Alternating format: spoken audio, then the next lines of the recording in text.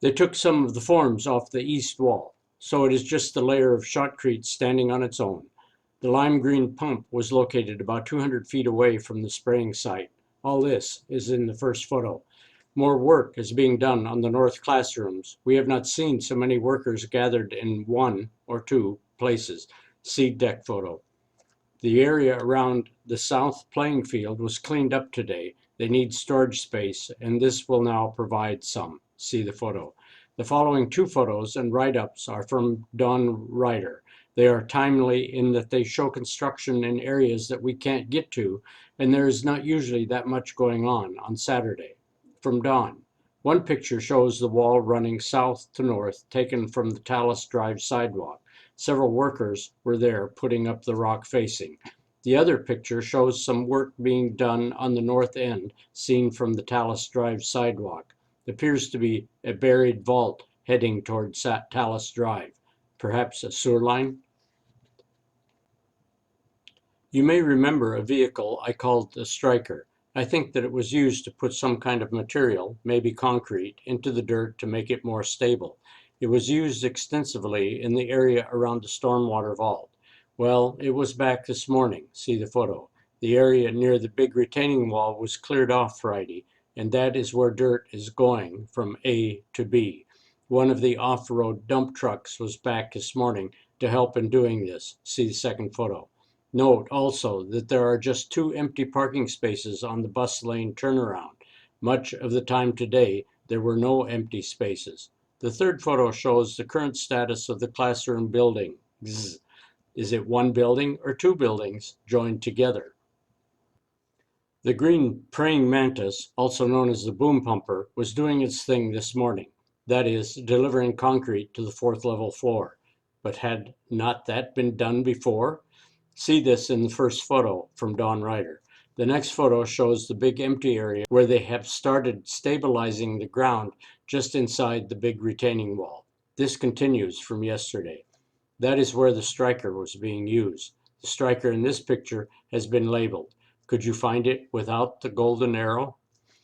More plywood panels, or forms, were removed from the retaining wall on the east side of the field.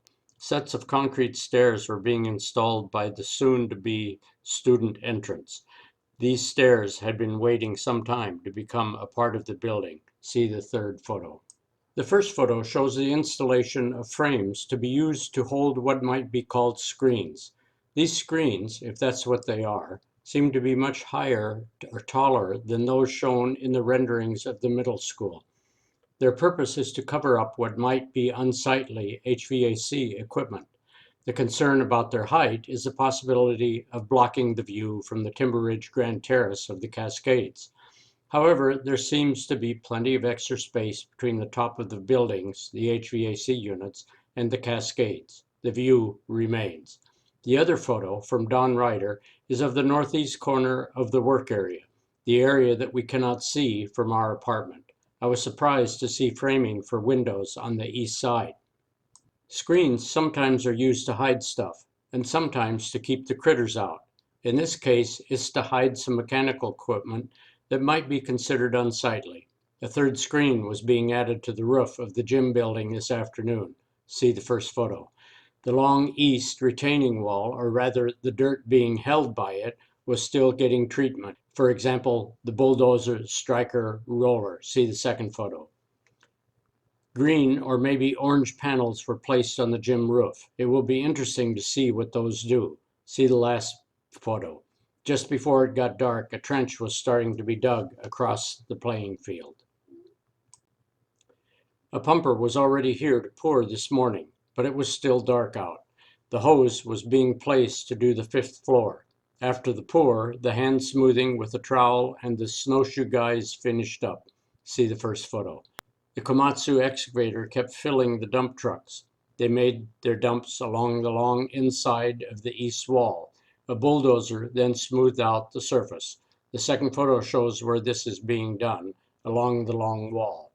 The last, third picture is of the three cats and their two friends, one a deer and the other a small pine tree. Yes, that's the meaning of the family name Komatsu. See the last photo. Saturday work is seldom worth reporting. However, here is something worth a picture. A couple of days ago, Don Ryder took this picture of a small portion of the east view from the outside of that big, long retaining wall. We have taken several pictures of that wall too, but always from the inside. In case you didn't know, the rocks are fake. When the best that a reporter can do is to write about storm drains, and the project is as big as this one, that's got to be poor reporting.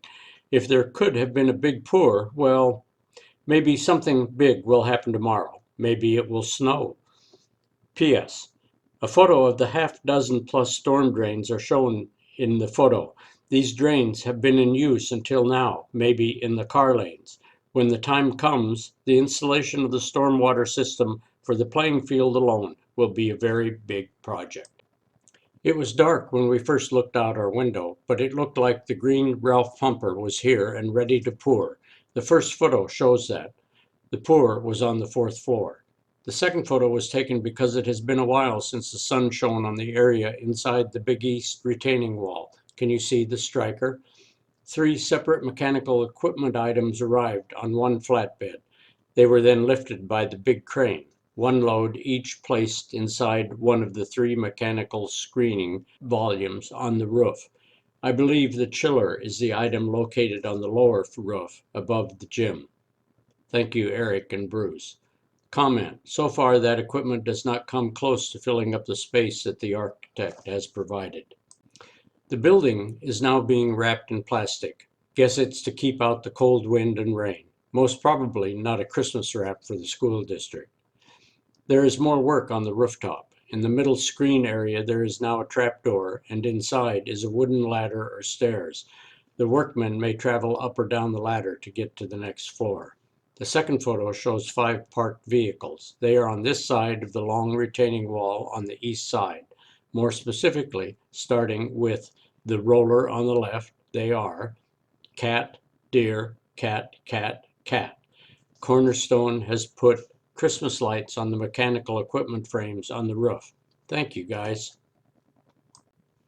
After another beautiful sunrise, a small crew arrived to move the big American crane. It is now located where the photo shows it, in the car lane.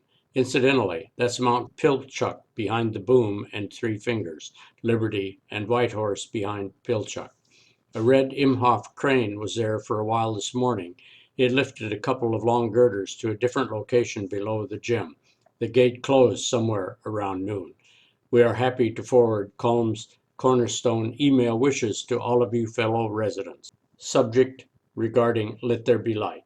Chuck, on behalf of the Cornerstone team, we would like to wish all of you at Timber Ridge the best this holiday season. The gang at IMS 6, Colm. While the American crane was busy lifting beams and girders from ground level up to the level 3 above the gym, another crane, much smaller, with a black boom, was lifting bundles of white insulation from a flatbed all the way to the roof. The crane is nearly hidden in the photo. The insulation was placed flat and covered with some sort of roofing off a roll. Komatsu was busy digging in the playing field area as usual. Both the striker and another vehicle were spreading the powder that somehow stabilizes the ground. Note the powder spewing out of the truck. You can see from day to day the ground level is rising next to the big retention wall. The opening scene in this diorama is the same as usual. Komatsu is doing his normal digging. This early digging is in the dark with the headlights on. The American crane is lifting 4, sometimes 5 girders, beams to place them on the level above the gym. To look at the building, you would think that the steel framing must be nearly complete. But to look at the surroundings, the beams stacked on the ground, there is a way to go yet. Yesterday, white stacks of something, insulation, were hoisted to the 5th level floor, and the results of all that were covered with a roll of material not unlike gray on top and black tar paper. See the photo. The cat lifted a large, round, heavy precast concrete manhole to be placed behind the Baker tanks. This is shown in the second photo. A second manhole was added later. This morning we got a small fireworks show. On the roof, way above the gym, They were welding or cutting or both. It was still dark enough to emphasize the bright sparks. The American crane did some more girder hoisting, up to 6 girders at a time. Lift handlers hoisted several long packages up to the 5th floor. 2 workers would then wheel them over to the east end of the building to store. The big American crane moved from the car lanes to its original spot near the main entrance. At least half the workers didn't come in today, and those that came in left early. Happy New Year. We could not resist.